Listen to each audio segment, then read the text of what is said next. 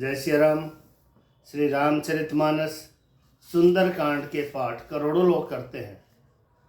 मैं आपसे निवेदन करता हूं कि आप इसे सब्सक्राइब करें और हर आदमी तक पहुंचाए। जब वो पाठ करे तो उनके मन में, उनके हृदय में ये पूरी पिक्चर चलनी चाहिए जो उनके समझ में आए। रावण को हनुमान जी ने कहा कि मोह मूल बहुसूल प्रद त्यागहूँ तम अभिमान बजहूँ राम रघुनायक कृपा सिंधु भगवान।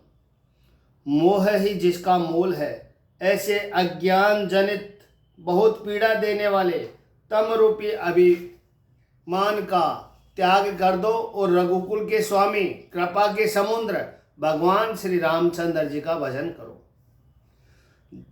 यद्यपि हनुमान जी ने भक्ति, ज्ञान, वैराग्य और नीति से सनी हुई बहुत ही हित की वाणी कही, तो भी वह महान अभिमानी रावण बहुत हंसकर व्यंग से बोला कि हमें यह बंदर बड़ा ज्ञानी गुरु मिला है। रे दुष्ट, तेरी मृत्यु निकट आ गई है।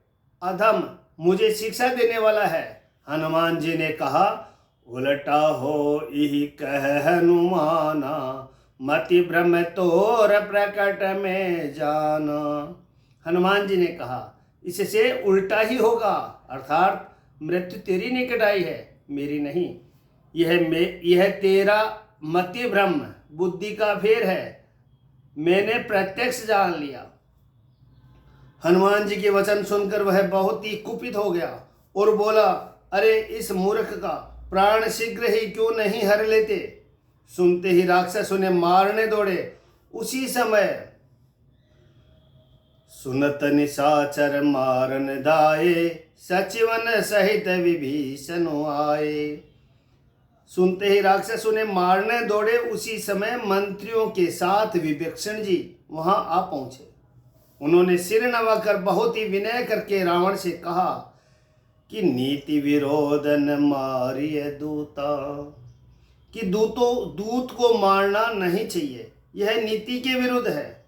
हे गोसाई, कोई दूसरा दंड दिया जाए। सबने कहा, भाई यह सलाह उत्तम है। यह सुनते ही रावण हंसकर बोला, अच्छा तो बंदर को अंग भंग करके भेज लौटा दिया जाए। कपि के ममता पूछ पर सब कहूँ समुझाए, तेल बोरी पट बांध पुनी पावक देहु लगाई।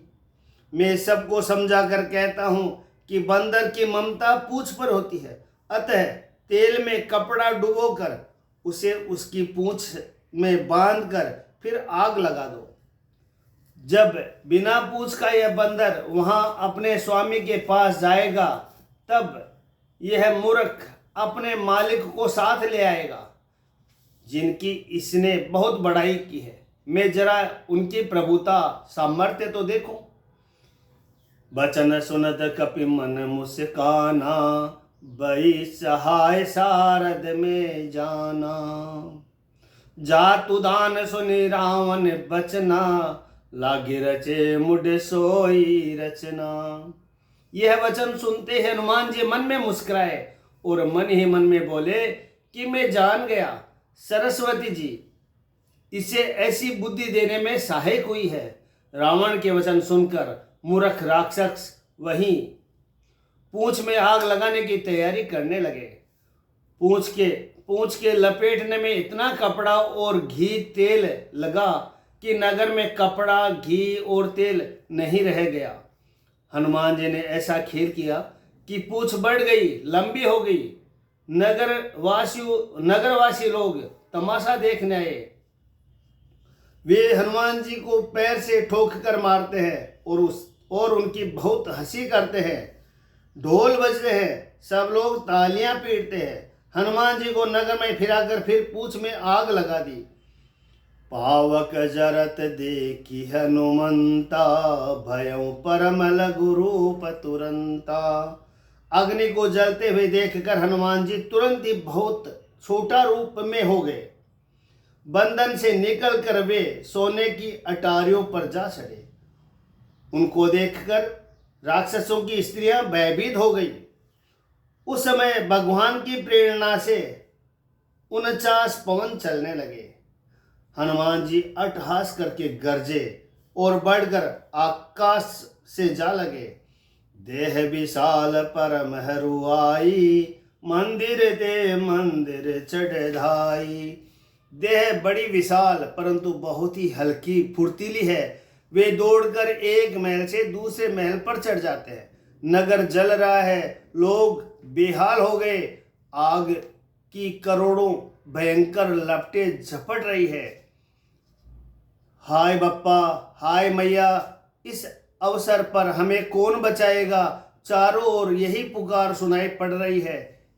इतने में हमने तो पहले ही कहा था कि यह वानर नहीं है, वानर का रूप धरे कोई देवता है। साधु अवज्ञा कर फलु ऐसा, जरई नगरे अनाथ कर जैसा।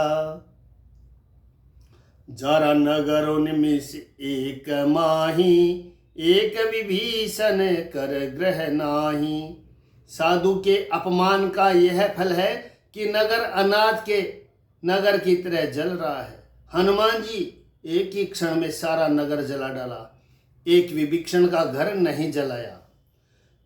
शिव जी कहते हैं, ताकर दूत अनल जहि सिर जा, जरा न सोते ही कारज गिर जा। उलटी पलटी लंका सब जारी, कूद परा पुनि सिंधु मजारी। शिव जी कहते हैं कि हे पार्वती, जिन्होंने अग्नि को बनाया हनुमान जी उन्हीं के दूत है। इस कारण वे अग्नि से नहीं जले। हनुमान जी ने उलट पलट कर एक ओर से दूसरी ओर तक सारी लंका जला दी। फिर वे समुद्र में कूद पड़े। पूछ बुझाकर थकावट दूर करके और फिर छोटा सा रूप धारण कर हनुमान जी जानकी जी के सामने हाथ जोड़कर जा खड़े हुए। मातु मोहि दीजे कछु चिन्हा, जैसे रघुनायक मोहि दिन्हा। हनुमान जी ने कहा, हे माता, मुझे कोई चिन्ह पहचान दीजिए जैसे रघुनाथ जी ने मुझे दिया था। तब सीता जी ने चूड़ामणि उतार कर दी। हनुमान जी ने उसको हर्षपूर्वक ले लिया। कहे हो तात अस मोर प्रणामा, सब प्रकार प्रभु पूरन कामा। दीन दयाल बिरधु संभारी, हरहु नाथ मम संकट भारी। जानकी जी ने कहा, हे तात, मेरा प्रणाम निवेदन करना और इस प्रकार कहना कि हे प्रभु, यदि आप सब प्रकार से पूर्ण काम है, आपको किसी प्रकार की कामना नहीं है, तथापि दीनों दुखियों पर दया करना आपका विरध है और मैं दीन हूँ। अतः उस विरध को याद करके हे नाथ, मेरे भारी संकट को दूर कीजिए। तात शक्र सुत कथा सुनाए हूँ, भान प्रताप प्रभु ही समुझाए हूँ। मास दिवस महु नाथ तुन आवा, तो पुनि मोहि जियत नहीं पावा। हे तात, इंद्र पुत्र जयंत की कथा घटना सुनाना और प्रभु को उनके बाण का प्रताप समझाना, स्मरण कराना। यदि महीने भर में नाथ न आए तो फिर मुझे जीती न पाएंगे। हे हनुमान, कहो मैं किस प्रकार प्राण रखूं। हे तात, तुम भी अब जाने को कह रहे हो। तुमको देखकर छाती ठंडी हुई थी, फिर मुझे वही दिन और वही रात। हनुमान जी ने जानकी जी को समझाकर बहुत प्रकार से धीरज दिया और उनके चरण कमलों में सिर नवाकर श्री राम जी के पास गमन किया। चलत महाधुनि गर्ज से भारी, गर्भ स्त्र वही सुनि निशिचर नारी। चलते समय उन्होंने महाध्वनि भारी गर्जना किया, जिसे सुनकर राक्षसों की स्त्रियों के गर्भ गिरने लगे। समुद्र लांग कर वे इस पार आए। उन्होंने वानरों को किलकिला शब्द हर्षध्वनि सुनाया। हनुमान जी को देखकर सब हर्षित हो गए और तब वानरों ने अपना नया जन्म समझा। हनुमान जी का मुख प्रसन्न है और शरीर में तेज विराजमान है, जिससे उन्होंने समझ लिया कि ये श्री रामचंद्र जी का कार्य कर आए। मिले सकल अति भय सुखारी, तलपत मीन पाव जिमि बारी। सब हनुमान जी से मिले और बहुत ही सुखी हुए, जैसे तड़पती हुई मछली को जल मिल गया हो।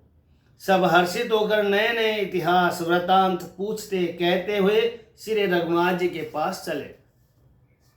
तब सब लोग मधुवन के भीतर आए और अंगद के सम्मति से सबने मधु और फल खाए। जब रखवाले बरजने लगे तब गोसों की मार मारते ही सब रखवाले भाग छुटे। जाय पुकारे ते सब बन उजार जुबराज, सुनि सुग्रीव हरस कपि कर आए प्रभु काज। उन सब ने जाकर पुकार की कि युवराज अंगद वन उजाड़ रहे हैं। यह सुनकर सुग्रीव हर्षित हुए। वानर प्रभु का कार्य कर आए हैं। यदि सीता जी की खबर न पाई होती तो क्या वे मधुवन के फल खा सकते थे। इस प्रकार राजा सुग्रीव मन में विचार कर ही रहे थे कि समाज सहित वानर आ गए। सबने आकर सुग्रीव के चरणों में सिर नवाया। कपिराज सुग्रीव सभी से बड़े प्रेम के साथ मिले। उन्होंने कुशल पूछी। तब वानरों ने उत्तर दिया कि आपके चरणों के दर्शन से सब कुशल है। श्री राम जी की कृपा से विशेष कार्य हुआ। कार्य में विशेष सफलता हुई है। नाथ काज किन्हु हनुमाना, राखे सकल कपिन के प्राणा। हे नाथ, हनुमान जी ने ही सब कार्य किया और सब वानरों के प्राण बचा लिए। यह सुनकर सुग्रीव जी हनुमान जी से फिर मिले और सब वानरों समेत श्री रघुनाथ जी के पास चले। श्री राम जी ने जब वानरों को कार्य किए हुए आते देखा तब उनके मन में विशेष हर्ष हुआ। दोनों भाई सपेटिक शिला पर बैठे थे। सब वानर जाकर उनके चरणों पर गिर पड़े। प्रीति सहित सब भेटे, रघुपति करुणा पुंज। पूछ कुशल नाथ अब, कुशल देखि पद कंज। दया की राशि श्री रघुनाथ जी सब से प्रेम सहित गले लगकर मिले और कुशल पूछी। वानरों ने कहा, हे नाथ, आपके चरण कमलों के दर्शन पाने से अब कुशल है। जामवंत कह सुनु रघुराया, जा पर नाथ करहु तुम दाया। ताहि सदा शुभ कुशल निरंतर, सुर नर मुनि प्रसन्नता ऊपर। जामवान ने कहा कि हे श्री रघुनाथ जी सुनिए। हे नाथ, जिस पर आप दया करते हैं उसे सदा कल्याण और निरंतर कुशल है। देवता, मनुष्य और मुनि सभी उस पर प्रसन्न रहते हैं। वही विजयी है, वही विनय है और वही गुणों का समुद्र बन जाता है। उसी का सुंदर यश तीनों लोकों में प्रकाशित होता है। प्रभु की कृपा से सब कार्य हुआ। आज हमारा जन्म सफल हो गया। हे नाथ, पवन पुत्र हनुमान जी ने जो करनी की उसका 1000 मुखों से भी वर्णन नहीं किया जा सकता। तब जामवान ने हनुमान जी के सुंदर चरित्र कार्य श्री रघुनाथ जी को सुनाए। वे चरित्र सुनने पर कृपानिधि श्री रामचंद्र जी के मन को बहुत ही अच्छे लगे। उन्होंने हर्षित होकर हनुमान जी को फिर हृदय से लगा लिया और कहा कि कहु तात कही बात जान की, रहती करत री रक्षा स्वप्राण की। कि हे तात, कहो सीता किस प्रकार रहती है और अपने प्राणों की रक्षा करती है। नाम पहरो दिवस निशी, ध्यान तुम्हार कपाट। लोचन निज पद जंत्रित, जाहि प्राण कहे बाट। हनुमान जी ने कहा, आपका नाम रात दिन पहरा देने वाला है। आपका ध्यान ही किवाड़ है। नेत्रों को अपने चरणों में लगाए रहते हैं। यह ताला लगा है कि फिर प्राण जाए तो किस मार्ग से। जय श्री राम।